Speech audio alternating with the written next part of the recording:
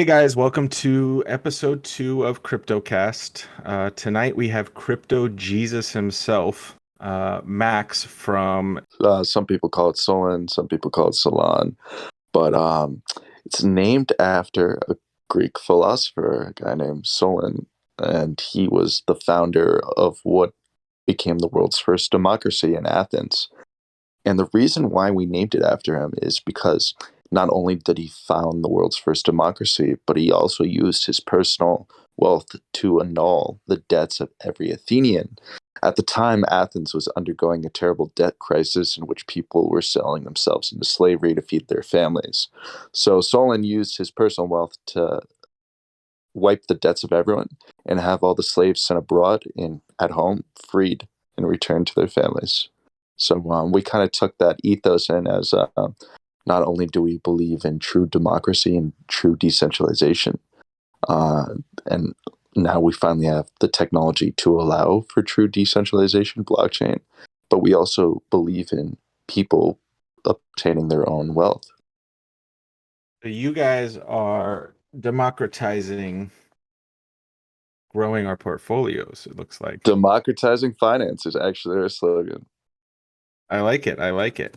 So give us a brief, I guess you could call it an elevator pitch for the project. Let us know, what it is. So my elevator pitch for the project, I actually have one. Yeah, let me pull Oh, it up.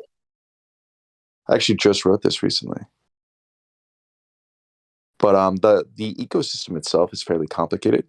There's a lot of different aspects of the ecosystem, but we break it down to three parts mainly. Let's see. I mean, the part that attracted me most was the, I guess you could call it impermanent loss proof liquidity pools. Yeah, so And I I'll know give you you the have whole an little bit NFT angle about as it. well. Yep. So Solon is a decentralized community-owned hedge fund platform and NFT marketplace available to anyone, anywhere, to invest with any amount of money and get the same rate of return as the best crypto traders, investors in the world. Most people don't have the kind of capital to enter the hedge fund space, but on Solon, users can join pools managed by the top investors with any amount of money and make the same rate of return. For creators making NFTs, you can earn more from your work. Users can rent, divide, and mortgage their NFTs without the need to put up any collateral and profit from them without the need to sell. On top of that, we also have a hardware device. It's kind of like a ledger, except you don't need to interact with a laptop or a smartphone. It's all in one. And using you can purchase NFTs with a credit card. You can purchase crypto with a card. You can invest in these liquidity pools with a card as well. So you guys are basically bringing the DEX to the common man, or sorry, the C. Exactly. Um, Explain how that hardware wallet works a little bit. Yeah. So obviously we want to be as decentralized as possible. Our ethos is all about decentralization, and we want to be the most decentralized protocol to date. So the problem with the hardware wallet is we wanted to create a fiat on ramp, and a huge part of this also was we wanted to create a way for people all over the world who may not have access to something as expensive as a laptop or a smartphone, and still give them the ability to interact with DeFi. So that's kind of where this hardware wallet came into play. We wanted to create an all-in-one device that would be affordable for people all over the world and wouldn't require you to own a smartphone or a laptop to interact with the DeFi ecosystems. So the problem we came across was actually the payment processor side, because we can't be a payment processor for these cards because then it'd be centralized. So we actually have to have a centralized payment processor partner. And we're in talks with a few different payment processors right now. But at the end of the day, there's going to be two sides to the hardware wallet. One side is going to be the centralized payment processor, which you're just going to be interacting with whoever that processor is, Square, MoonPay, etc. And then they'll send the Ethereum to your wallet address, which is built into the hardware device. So the device itself obviously knows your hardware wallet address. And then from there, you can interact directly with the Solon ecosystem. So the way it works is it's just like how you would normally download MetaMask, and then you'd go to Coinbase, you'd buy Ethereum, and then you'd copy and paste your address, pray to God it's the right address, you'd send it over, and then you'd go to Uniswap. Well, it's a pain in the ass. We all remember being there, and we all remember walking our friends through it. Instead, all that is now on the back end, and all the user sees is they select whatever NFT they want to buy, they swipe the card, and that's it. And so it interacts directly with your MetaMask wallet? So you could import a MetaMask wallet if you wanted to, but it's a wallet of its own. It Interesting. Yeah, it's not going to use the MetaMask API, but it's quite similar to a ledger crossed with with MetaMask. Got it. So how far along in development are you on these hardware wallets? Are they in production or coming soon? So actually, the production of the hardware wallet is going to happen after the ecosystem deployment. So the core part of our ecosystem, which is the decentralized exchange and the Mhm. NFT marketplace, is all going to be live on July 1st at noon after our audit. But the hardware wallet itself will be into commercial production later than that. We don't have an exact date, but we have a fully functional prototype. We're actually working on what will hopefully be the final version of it right now. Awesome, awesome. So, you mentioned Ethereum is the network you're gonna launch on. Do you plan to go cross-chain, or is it Ethereum just to start? So we'll be on Ethereum, Polygon, Arbitrum, and ZK Sync to start as soon as ZK Sync has an EVM compatible ZK rollup. They've teased one and have said that they've created one and it'll be out soon. So hopefully it'll be out before July 1st. If not, that'll be a little farther out. But as far as going cross chain, back to our whole ethos on decentralization, the problem is if we want to go cross chain and still have our governance go cross chain as well, we're going to need to use Oracle services like Chainlink, and Oracle services are fairly centralized. So, Sure. what we've decided to do instead is essentially like Alm does with time, is we'd essentially, if we found a team that we liked and trusted, we would let them fork our protocol onto a blockchain as an example, like AVAX. And in exchange, they would give us, as an example, 20% of the supply of their cryptocurrency, and that would just go into our treasury, DAO's treasury for the Solon protocol. Got it, got it. So, you have a website, it's been launched, Solon.finance. What can users interact with now? Are the liquidity pools live? Are there NFTs for sale? Anything like that? So we sold all of our NFTs already. There we do have governance live for the NFTs, off and on-chain governance. We're doing an on-chain governance vote soon to actually our NFT holders are going to vote on how to distribute the supply of our cryptocurrency. So they're going to vote on how much cryptocurrency the team will receive. They'll vote on how much will go up for the public sale. They're going to vote on how much will be supplied in initial liquidity, what percent of the cryptocurrency will be reserved for those providing liquidity early on as an incentive. They're going to vote on all these things, and this has never happened before. We thought it'd be really cool, and also we were really big on the whole decentralization aspect.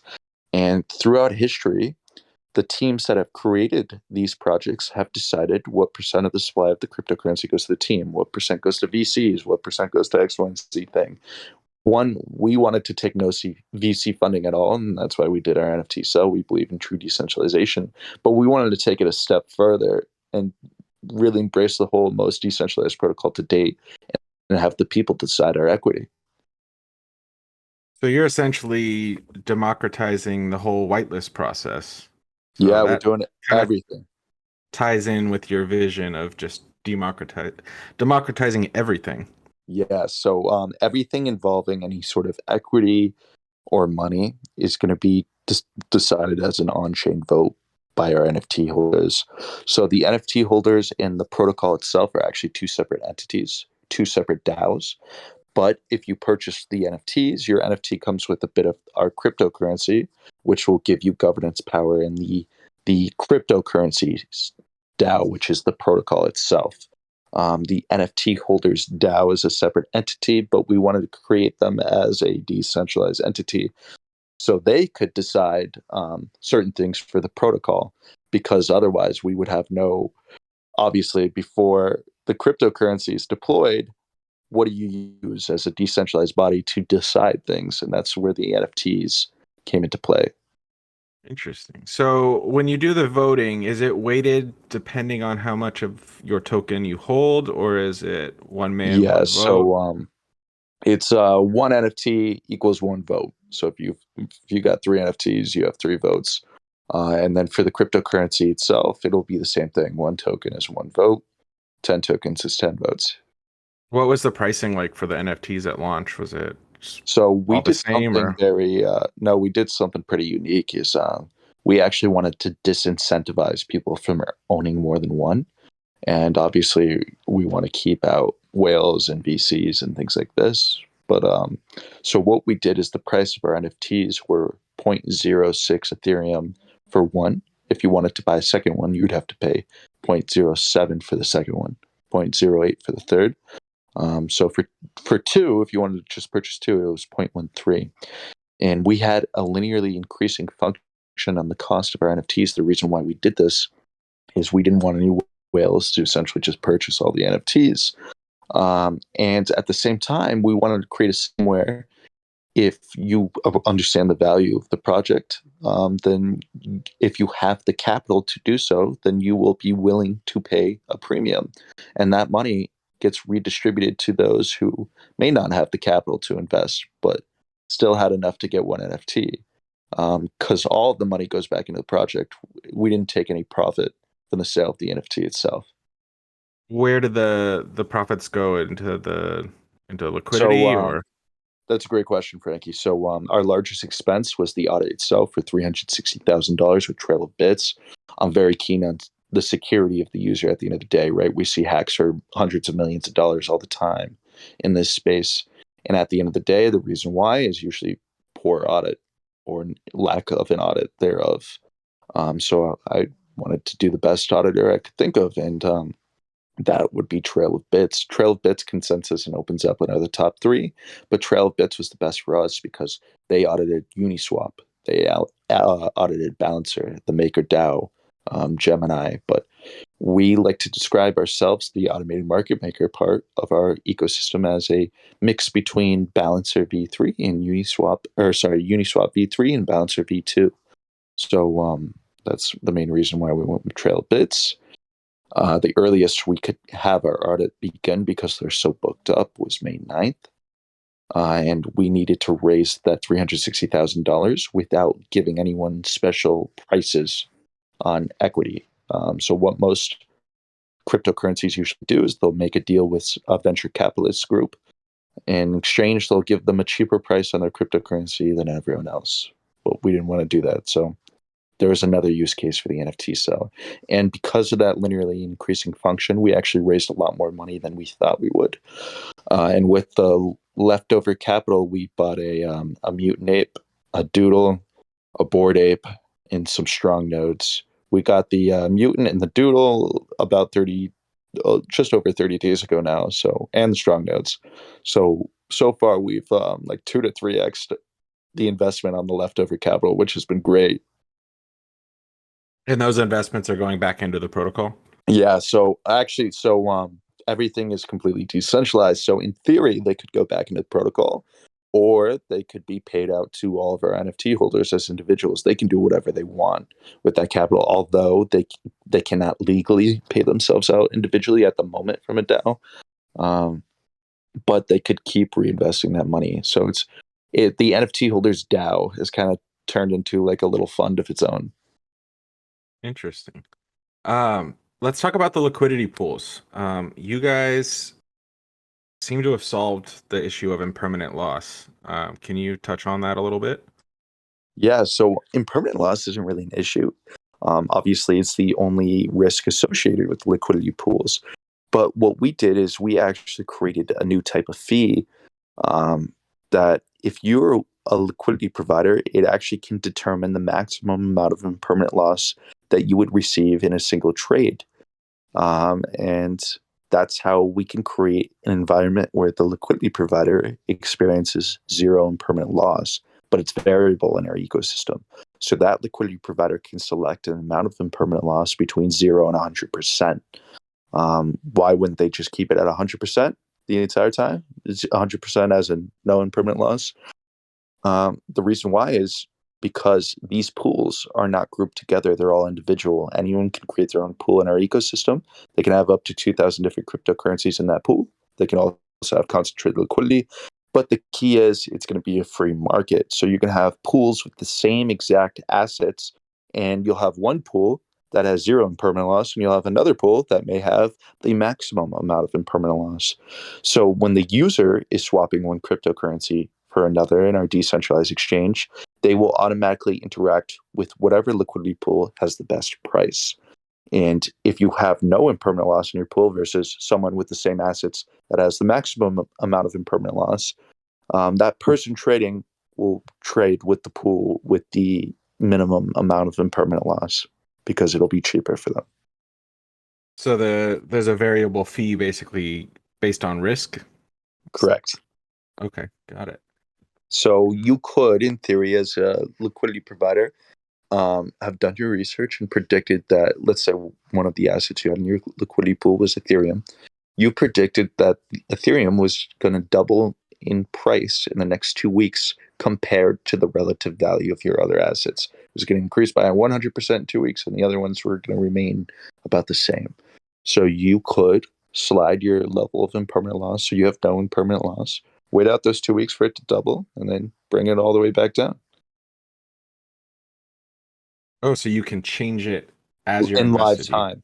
Oh, interesting. You can also change the assets of your pool in live time. So that opens up a potential security issue. So anyone can deposit into anyone else's liquidity pool. So in theory, let's say I put my money in your liquidity pool, Frankie, but you had a great return on investment. Everyone respected you, and all of a sudden you change all the assets into, let's say, two different cryptocurrencies, and one was Frankie coin that you created out of nowhere, and all of a sudden everyone's liquidity is now going into Frankie coin, so it's pumping Frankie coin up. You sell your Frankie coin, they lose all their liquidity. So we obviously didn't want situations like that to happen. So there'll be verified pools. Essentially, verified pools are just pools that have a time limit lock. So if you want to switch an asset, Frankie, let's say you want to change all the coins in your liquidity pool to Frankie coin. The verified pools have a minimum of a 12-hour limit. So that means Frankie coin wouldn't be implemented for at least 12 hours. And during that period, any member, anyone in that liquidity pool, can essentially try to veto that action. And if enough members of the liquidity pool agree with that veto, then Frankie coin doesn't get selected as the new asset. Or they could obviously just remove their liquidity. Interesting. So are certain investors, are they going to be given like some sort of trust score, or are you going to be We'll rating people probably to? evolve that as time goes on, but for now, we're essentially just going to have validated and unvalidated liquidity pools, and Okay. we'll have decentral because at the end of the day, we're very keen and huge on decentralization, and there will be needs for liquidity pools where you want to swap those assets instantly. Let's say you're a developer, you're experimenting with reentrancy or some sort of smart contract integration into our liquidity pools.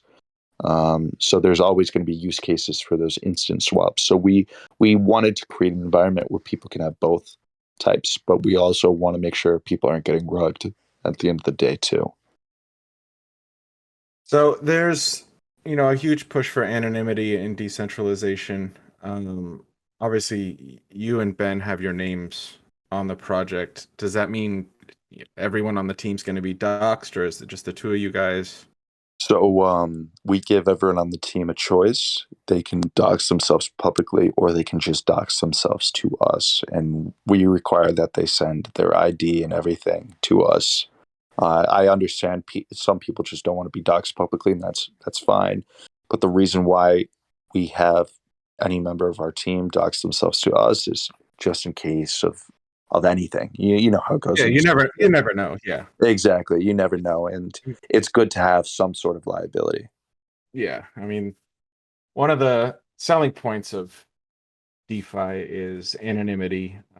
You don't know who you're working with. You could be working with some legendary finance executive or just some guy in his basement who happens to have a knack for tokenomics and just the space as a whole. It gives, nobody's a chance to be somebody.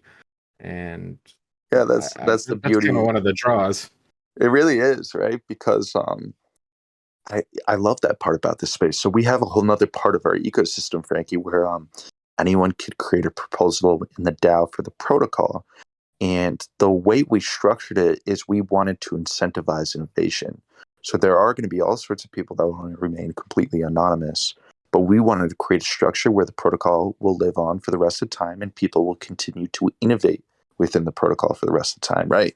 All these protocols like Uniswap, for example, will continue to live on for the rest of the time, but there's not necessarily going to be someone who's going to continue to work on that protocol for the rest of the time. So we wanted to kind of flip the bounty metric on its head. So when Uniswap needs certain work done, they'll put out a bounty. So basically, they'll say, we'll give you $50,000 to develop this. We wanted to do the opposite. We wanted to really foster and incentivize innovation. So instead, anyone in the world can create a proposal in our ecosystem. Let's say you're a developer just getting started in the space. You've created a new Ethereum protocol standard or a new smart contract. You create a proposal on our site. Then anyone, any member of our ecosystem, anyone holding our cryptocurrency can review that code. And if they agree with it, we kind of have like a Reddit-based ranking system. If they like what they see, they upvote it. Gets enough upvotes, then it'll go to the on-chain vote. And if it gets integrated, then the person gets paid for their code, and that code gets integrated into our ecosystem. I love it. So, that's similar to what we're trying to do at LVT is just crowdsourced, crowd-funded venture capitalism, fostering innovation and ideas and giving those ideas a chance on the blockchain. So another part of your platform involves an NFT marketplace. Let's talk about that a little bit. Yeah, so a huge thing going on in the space right now, and honestly, I just have a huge love and passion for is NFTs, right? NFTs are the hot topic in the world of crypto for 2021, right? You see so many people making money left and right off NFTs. And I honestly just love NFTs. I love how you can build a community before you build a project. And it creates a great ethos. And you can use non-fungible tokens for so many things other than just art, which is what a lot of people don't realize when they hear NFT. They think digital art, but the reality is that art is just an attachment to that non-fungible token. A non-fungible token can be used for anything. You could think of it like a ticket. You could use that NFT as a gate to get into a certain house in the metaverse. You can only walk in if you have an NFT from a certain collection. Or you can make it a ticket to an in real life event like Gary Vee and VFriends, where you can only attend VCon if you have a VFriend NFT. But things get a little crazier. You see companies like Electronic Arts, EA, experimenting with NFTs. They can make their NFL game access an NFT. Why the hell would they ever do that? Well, I'll give you a few reasons. One, it makes it so no one could ever pirate or copy it. Two, it makes it so only one person can play at a time. And three, and this is probably the biggest part, is EA used to never make a single dime off of any secondary sales, their game or anything else. So let's say you're the kid who bought that NFL NFT game for $60 from EA. Well, back in the day, if you wanted to go sell your NFL game, you'd go to GameStop. They'd give you $5 for it, and EA would get none of that money. $5 Now, if you're lucky. yeah, exactly, right? Give you $1 for it. Exactly. Good. But now EA can come in and they don't have to do a single thing. That kid, when they get sick of the game, they sell it, and EA instantly gets 50% of that secondary sale, or 10%, or 5%, or 2.5%, whatever they'd like. But it creates an additional value proposition for them that was never there before. And this is where things get a little crazier. So one of the things that my team has created is the world's first rentable and mortgageable NFTs without the need for collateral. What does that mean? How does this all integrate? Let's go back to the example of that video game. You paid $60 for this NFL game. Now let's say you're not going to be home for 3 months. You're going on vacation, you're going to school, whatever it is, you're away from your Xbox. Just an example. Not going to be home for 3 months. Now, what you could do on my protocol is you could then rent out that NFL game to someone else, somewhere, anywhere in the world, doesn't matter, for let's say $10. You rent it out for $10 for 3 months. Now, whoever you're renting it to doesn't have to pay $60 to buy the full game. They only have to pay $10. They get to play it as much as they like for 3 months. They're probably going to get sick of it anyway. But you, as the owner of the game, are now making an income off your game, and you can do this passively. You could do this on my protocol in your sleep. Every time you sleep for 12 hours, whatever it is, you're asleep for 8 hours, you could rent it out every single night for 8 hours, right? And you can make a passive income off this game. So before, when you bought this NFL game, you spent $60 on it. You maybe got two back at the end of the day when you went to GameStop. The reality is you lost $60 the second you bought that game. Now you can start making a passive income off of something like a video game, which I imagine most people never thought they'd ever be able to do. I think the real world use cases for NFTs are insane. I mean, you've got so many things that you can connect this to. The main one being real property. I could imagine titling companies, for mortgages adopting NFTs because it's a receipt that exists decentralized everywhere. Yeah, it You're can't be not going to forged, lose a can't be title. faked. Exactly. It can't be destroyed, really. So, It's funny you this is say that. huge. We're actually doing some work right now with a mortgage company, and because look, they want to get into the metaverse. So they're a very large sorry, they're a very large mortgage company in the real world, and they've learned a bit about NFTs, and now they're interested in the metaverse, and they want to start doing metaverse mortgages. So we're currently talking to them about them using our protocol to do metaverse mortgages on digital land. So it would work just like a mortgage in the real world, except it'd be for digital property.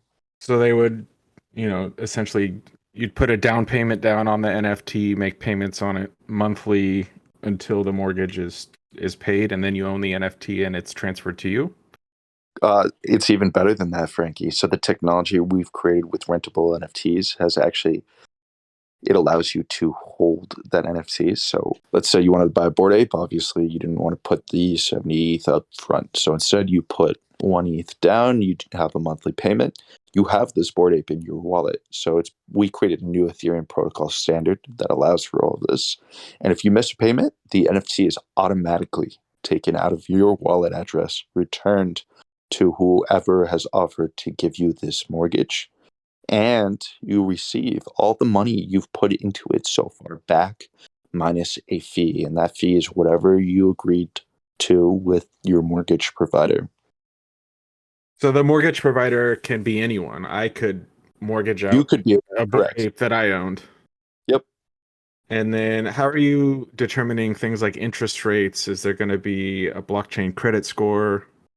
So that's the best part, Frankie, right? Because what's the risk in someone defaulting in our ecosystem? There is no risk, right? There's no way for them to steal the NFT. It's just automatically taken out of their wallet address and returned to the original owner because of this new protocol standard we've created. The blockchain repo man. Exactly. So And it's it's automated. correct. So this is all similar to how our rentable NFT technology works. So I'll give another example. Let's say it's a parking spot in real life.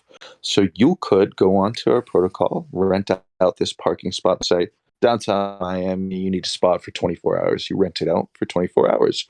You give 1 Ethereum or whatever it is to rent it out for 24 hours. Now, let's say you only use that parking spot for 12 hours. You got 12 hours left.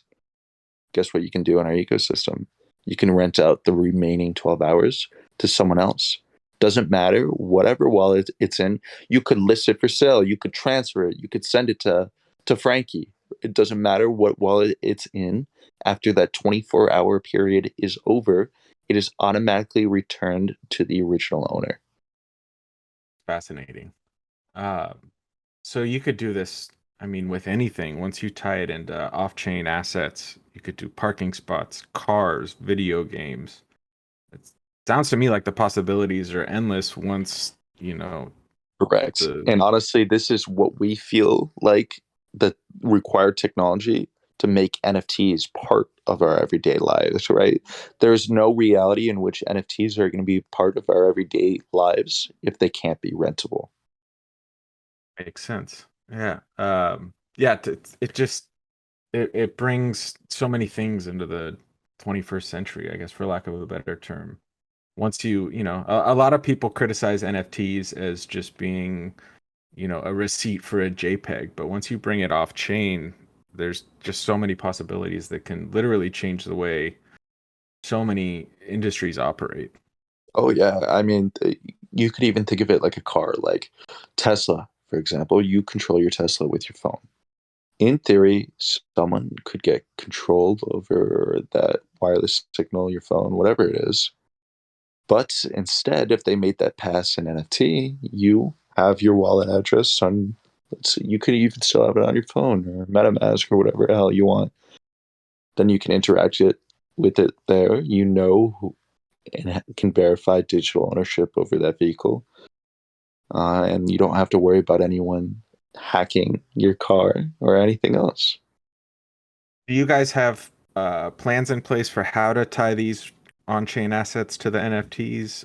So that's going to be up to. So all we're doing, Frankie, is we're just creating the technology in the marketplace. Anyone can put anything up on that marketplace. So it's going to be up to the users. So we're really excited to see how people use this technology. But we are using it ourselves for a few cool on-chain interactions. So it's like a proof of concept, and then it's up to Yeah. So society to we adapt to it. Yep. So we have a few little cool things for our NFT holders. Like we'll have a liquidity pool on our decentralized exchange that people can only deposit equity into if they hold one of our NFTs in their wallet address. Got it. Um, let's go back. We're gonna put this in the intro, but describe the makeup of your team. I know you and Ben are kind of in charge. Is it just the two of you, or do you have a bigger team?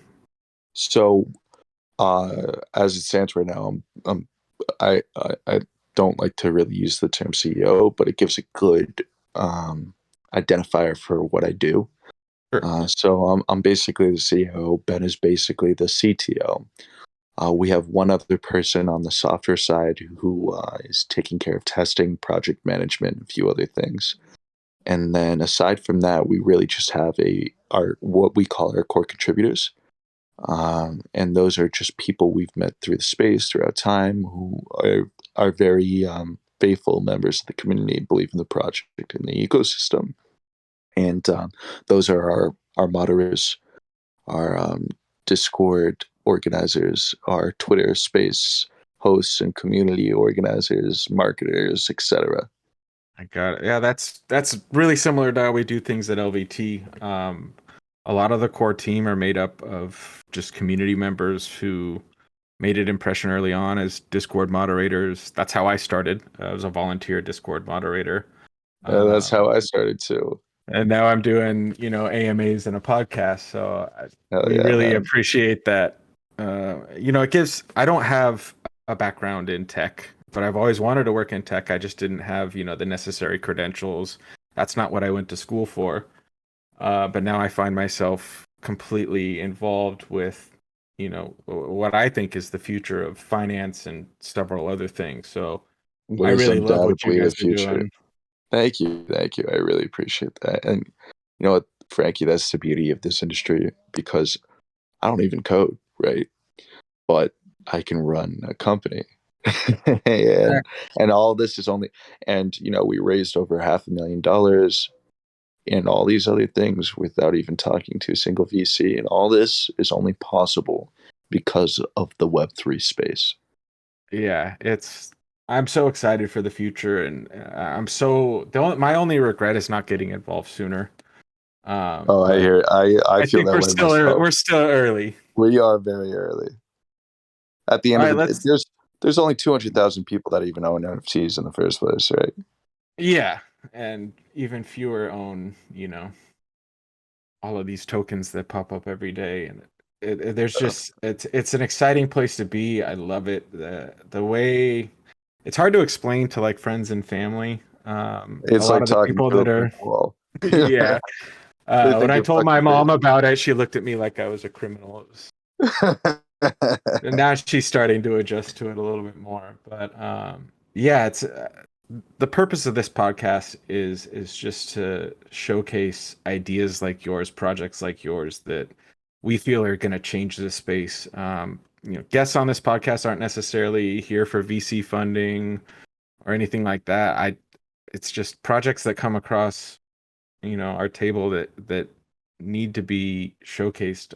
That's the purpose of this podcast, and having a project like yours is honestly an honor. It's you're kind of trying to do the same thing that we are with, giving everyone a little bit of power in this space and a chance to develop something great and be a part of something. And that's the whole point of this. And that's the beauty of Web3.